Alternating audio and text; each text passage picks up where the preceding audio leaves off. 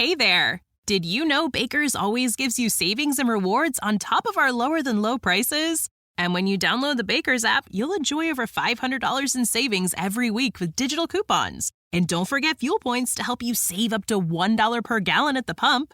Want to save even more? With a Boost membership, you'll get double fuel points and free delivery. So shop and save big at Baker's today.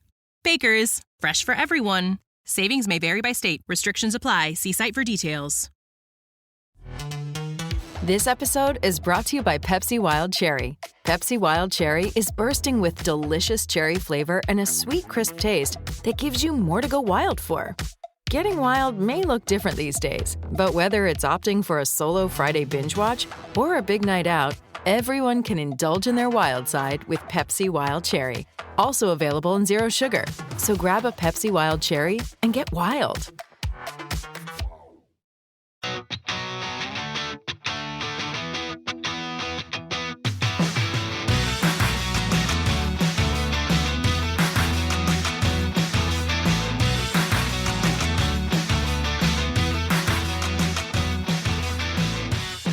Welcome back, Ram fans. This is Rams Up, your favorite LA Rams podcast. We are proud members of the Fans First Sports Network. That's fansfirstsports.com. You can also follow us on YouTube. Our channel is at LA Rams Up. I'm your host, Mark. You'll hear from my co-host, Tom, on occasion as well. Hey, we're not Rams insiders. We're just longtime fans who love talking about our Los Angeles Rams. Let's get to it. Welcome back, everybody. Episode 381 of Rams Up. Hey, our next episode has something special for you. Paul Wally is going to be sharing his Puka Power prospects. Isn't that fun to say? Sleeper players in the draft that he really likes. Third day guys, round 4 and later. It's going to be a lot of fun. If you missed his mock draft, our mock draft number 4 on the YouTube channel, check it out. That went pretty well. I think you'll like the results of that. Hey, episode 381. I'm going to talk about a player who wore number 81. There's a lot of ways to go with this, and I like to pull random players out of a hat once in a while, and that's what I did this episode. How about number 81, Todd Kinchin? 3 years with the LA Rams, 1 year with the St. Louis Rams, a third-round pick out of LSU. Pretty good returner, had 2 punt returns for touchdowns, which is as many as he had receiving. And you know what? I got to thinking about Todd Kinchin. Really exciting player in the open field with the ball in his hands. I think I've been confusing him with Kevin Curtis over the years, who came about 15 years later. I think they're kind of similar players, not in size though. Kinchin 5'11", 187, Curtis 6'3", 197. Both of them were, however, third-round picks. Hey, and I also have a trivia question for you. A free agency trivia question, and another one where I'm not going to give away the position. That would make it far too easy. This player signed a 5-year, $50 million contract with the St. Louis Rams on March 13th, 2012, following his former coach, Jeff Fisher, from the Titans to the Rams. Who was that player? I'm tempted to give you a couple of hints, but I'm going to leave it at that. Most of you should get this. Big salary cap change raised $30.6 million to $255.4 million.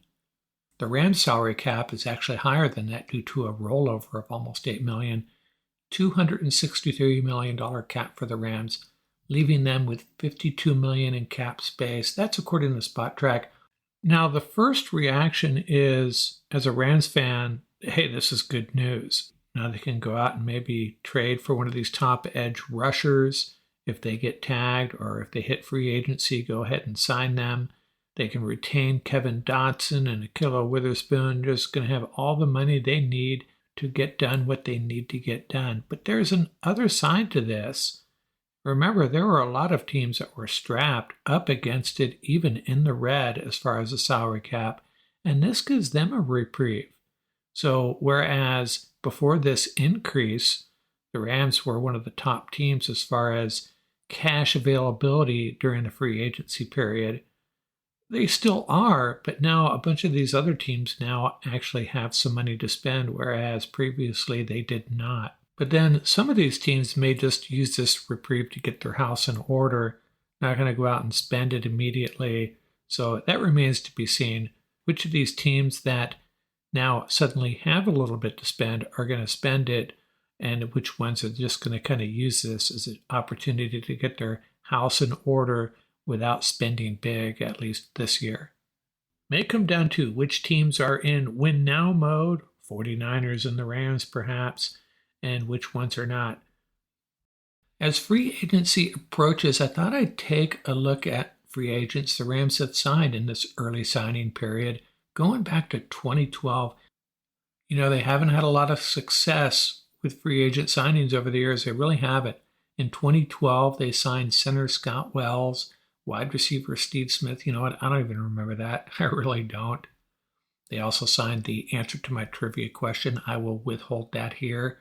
In 2013, big signing. We were all elated to get tackle Jake Long on board, and that was not really the answer we were looking for. He was okay, but from what I remember, his play really tailed off once he got to the Rams. And they also signed tight end Jared Cook. Had a good run with the Rams, but he actually had even more production after that, 2 really good years with the Saints. In 2014, quarterback Sean Hill. Much ado about nothing, right? But he actually started 8 games for the Rams that year. I actually saw one of those games, the loss to the Chargers at what was then called Qualcomm Stadium. In 2015, low-key signings, linebacker Akeem Ayers, defensive tackle Nick Fairley. I think Ayers did okay. Fairley, don't remember him making an impact at all. In 2016, cornerback Cody Sensabaugh and defensive end Quentin Coples. 2017, things really changed. Sean McVay on board, and they signed Andrew Whitworth and Robert Woods. Now, those were 2 excellent signings. They also signed cornerback Kayvon Webster, who had a pretty good little run with the Rams. He was in and out of the starting lineup from what I remember. Outside linebacker Connor Barwin was a little bit of a factor. Running back Lance Dunbar, I don't think he did. Didn't he get hurt? I think he got hurt pretty quickly in his run with the Rams. Quarterback Aaron Murray, defensive tackle Tyron Walker. 2018, the Rams really stepped things up, signed cornerback Sam Shields. He had sat out a year from what I remember, had some concussions, and he did make an impact with the Rams. From what I remember, in the Super Bowl against the Patriots, Shields was expected to cover shadow Julian Edelman. If he did, it didn't work out very well. He was the fastest Ram from what I remember. They also signed cornerbacks Marcus Peters and Aqib Talib, and they were impact players for sure, as well as linebacker Ramik Wilson. In 2019, they signed Eric Weddle, Blake Borders, and Clay Matthews.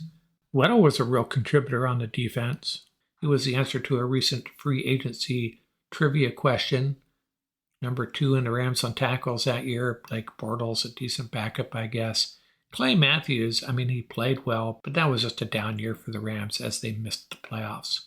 2020, the Rams signed A'Shawn Robinson. He battled through some injuries in his early time with the Rams, but he was definitely impactful, helped them to a Super Bowl.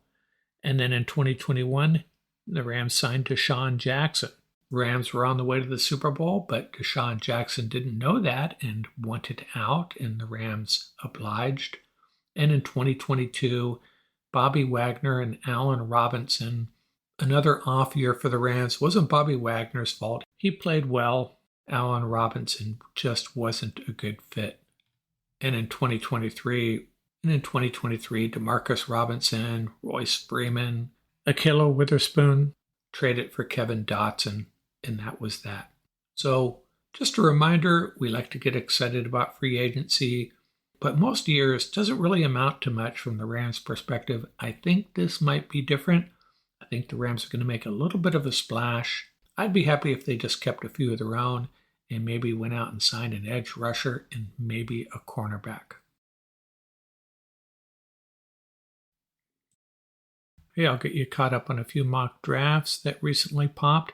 Nick Schultz shared CBS Sports' 2-round mock draft. With the Rams' first pick, they pass on Talisi Fuaga, the tackle, offensive lineman we all love, and they take Quinyon Mitchell. Now, in this draft, 3 cornerbacks were already gone. Terrion Arnold, Nate Wiggins, and Kool-Aid McKinstry. They're all gone. So if you're drafting a cornerback here, it's Mitchell, Cooper DeJean, or Lassiter. I don't have a problem with selecting Mitchell here, but if Fuaga still is on the board, I'm sorry, I'm taking him. I'd be happy with Mitchell, though. Now, we debated in our mock draft that Paul Walia ran on the YouTube channel the other day. Is it realistic for Fuaga to be there for the Rams in the first round? And here's another mock draft where he was, but the Rams pass on him. And with the Rams' second pick, they take tight end Jatavian Sanders out of Texas. Sorry, I'm not feeling that at all. I checked in on Walter Football. They update their mock drafts constantly. And they also have the Rams taking cornerback Quinyon Mitchell. And again, I don't have a problem with that. However, in this draft, Fuaga lasts to number 30 and goes to the Baltimore Ravens. That would just figure, wouldn't it? In the second round, they take linebacker Edgerrin Cooper, passing on Jackson Powers Johnson, among others. So, not having a big issue with taking Quinyon Mitchell in the first round, although I'd prefer Fuaga. This is a deep cornerback draft. You can get some good ones in the second round, maybe even the third. But I really have a problem with both these second round picks. Even though I picked Edgerrin Cooper to the Rams in one of my mocks, that was just kind of having some fun. Drafting a bunch of Coopers. I'm not taking Edgerrin Cooper in the second round, and I'm certainly not taking a tight end. You know, I've been considering what the pecking order is in the NFC right now, and it's really a difficult thing to wrap your arms around this time of year with free agency still ahead of us, some quarterbacks still on the market, how the draft plays out. So I'm going to walk through what I think the pecking order is right now with an eye on the quarterbacks that are out there, which teams are set at quarterback and which ones are not. And the order of these teams, I'm already changing my mind on some of them, so don't take it too seriously. I have some mixed feelings on a few teams. I don't know where to put them, so don't get upset with me if you happen to be a Bears or Falcons fan, for example. The number 16 team in the NFC right now has to be the Carolina Panthers. Bryce Young is their quarterback, and they have to roll with him. They really have no choice at this point, and they do not have a first-round pick. Next up, my number 15 team, it's got to be the Commanders. Now, if you listen to this podcast during the 2023 season, you probably heard how much I like Sam Howell. I don't think he's an all-pro quarterback, but I think he's okay. But I don't think the Commanders are going to continue with him. They have the second pick in the draft. They're going to pick a quarterback for sure and move on from Sam Howell. Maybe Sam Howell will be their starter at the beginning of the year. We don't know who their quarterback's going to be. Daniels from LSU? Will they go with Drake May? Will Caleb Williams somehow fall to number 2? Will the Commanders move up to number 1 to make sure they get Caleb? Could go a lot of different ways. I think Sam Howell will be the quarterback on the opening day, and then whoever they pick in the first round will be their new quarterback. So they're my number 15 team and the number 14 team. Now this is where I'm kind of torn. Everybody's showering a lot of love on the Atlanta Falcons, and I'm going to have to do some research. I don't quite get it. Nothing against the Falcons. Not even sure who their quarterback's going to be at this point. They have the 8th pick in the draft. So they may be able to trade up for Drake May or JT Daniels, or maybe one of them slides, or they maybe reach a little bit for JJ McCarthy. Desmond Ridder is their quarterback right now. With all of this uncertainty, they're getting a lot of love. Don't get it. I'll get to that in a second. My number 13 team, I probably have them way too low. The Bears, they actually played pretty good football at times. They've been improving slowly, making some moves. Are they going to stick with Justin Fields, though? Or are they going to draft Caleb? Are they going to trade back, pick up some more picks? So they could end up being a pretty good team. They have the 1st and 9th pick. If they move out from number 1, man, they could really have a draft haul. But you know what? The Rams have been down that road before, trading out of the number 1, picking up a bunch of picks, and it usually did not work out. maybe the better route is just take the best player. You have the number one pick, take the best player.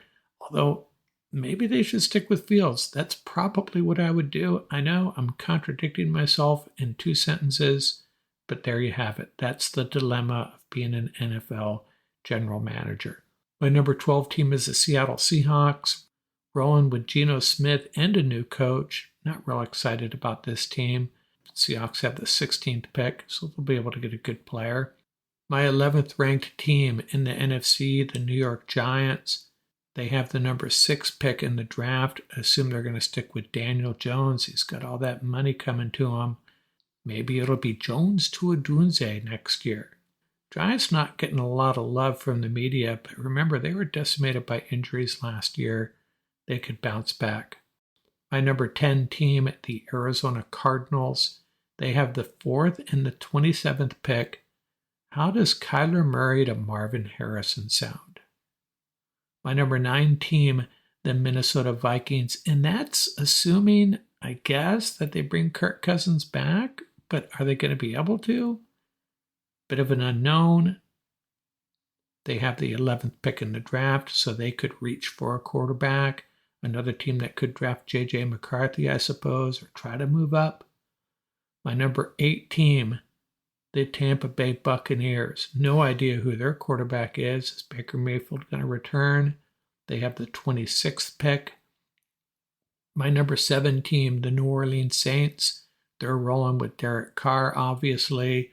They have the 14th pick.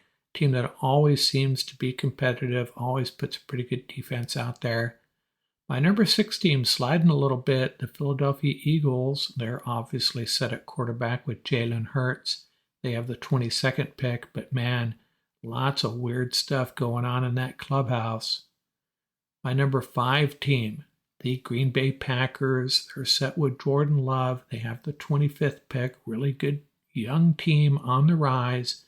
I have the Rams at number 4, 1 notch above the Packers.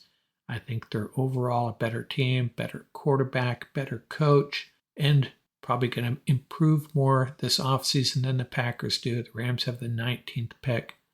And my 3rd ranked team, the Cowboys, rolling with Dak Prescott. They have the 24th pick. You know, the Cowboys are an interesting team, right? They're my 3rd best team. They're not going to the Super Bowl. The Rams are my 4th ranked team. They have a good shot at the Super Bowl. And why? Comes down to the quarterback. Is that enough to elevate the Rams into the number 3 spot? I don't think that's being fair to the Cowboys. But playoff time comes, I'm rolling with the Rams. My number 2 ranked team, the Detroit Lions. They're solid with Jared Goff. They have the 29th pick. And the number 1 team, the San Francisco 49ers. Got to give it to them. Do not be surprised if they slip back a little bit, though. They have Brock Purdy at the helm, very good quarterback, but probably not the top 5 or 6 quarterback that a Super Bowl contender would prefer to have, in my opinion. The 49ers have the 31st pick. Now, when you compare my rankings to the Super Bowl odds, big disparities are the Bears and the Falcons. And you know what? I'm probably underrating the Bears. Probably should elevate them into that 8 or 9 slot, maybe above the Bucs, but whatever. This is just for fun. It's very early. What I don't get is the Falcons. On the site I used, they have the 8th best odds in the NFC to reach the Super Bowl. Hey, everybody must know something I don't, but there you have it. And how many of these NFC teams are set at quarterback? Well, let's go through it. Teams that you know who the starting quarterback is going to be. Well, we have 1, the Panthers, Bryce Young, but nothing to be too excited about at this point. Number 2, Geno Smith. You know, he's okay. Decent quarterback. Again, nothing to be excited about. Daniel Jones with the Giants. I like him more than most, but he's probably not a top 10 or 12 quarterback. The Saints with Derek Carr. He has his flaws, that's for sure. Jalen Hurts. No problem with him. He's a very good quarterback. And the Packers have discovered that Jordan Love may be the answer. The Rams with Matthew Stafford. The Cowboys with Dak Prescott. We're not calling him Big Game Prescott anytime soon, though. And the same with Jared Goff with the Lions. Hey, I've always said I like Jared Goff more than most, but is he going to win big games for you? Not quite sure yet. Hey, that collapse against the 49ers wasn't his fault. He did everything he could, but we still need to see him get over the hump. And then there's Brock Purdy and the 49ers. Again, good quarterback. He'll get you there, but if you need him to win a game, I'm not so sure. So there's a bunch of other teams we just don't know who their quarterback is, and you're an NFL franchise, and we don't know who your quarterback is. We don't know anything about you. That's the bottom line, and that includes the Commanders, the Falcons, even the Bears, who's going to be driving that ship, and the Cardinals. That's one to kind of go either way on. They say they're sticking with Murray, and they probably will. I'm not 100% convinced. The Vikings, we don't know. The Bucks, we don't know. It's going to be an exciting free agency period. See where these free agent quarterbacks land, and then the first round of the draft is going to be quarterback crazy. And the answer to my trivia question, the cornerback that signed a 5-year, $50 million deal with the St. Louis Rams on March 13th, 2012, following his former coach Jeff Fisher from the Titans to the Rams. And I told you this was an easy one, and the hint I was going to tell you, Andre Johnson knows who this guy is. That's right, Cortland Finnegan, one of the feistiest players in the history of the National Football League, joined the Rams at the tail end of his career, reunited with his old coach, Jeff Fisher.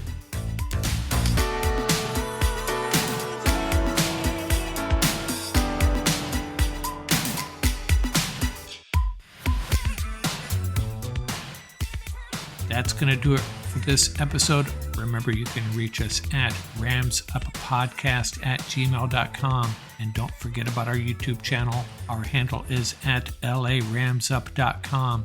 Till next time, keep the horns up, stay safe, and have fun out there.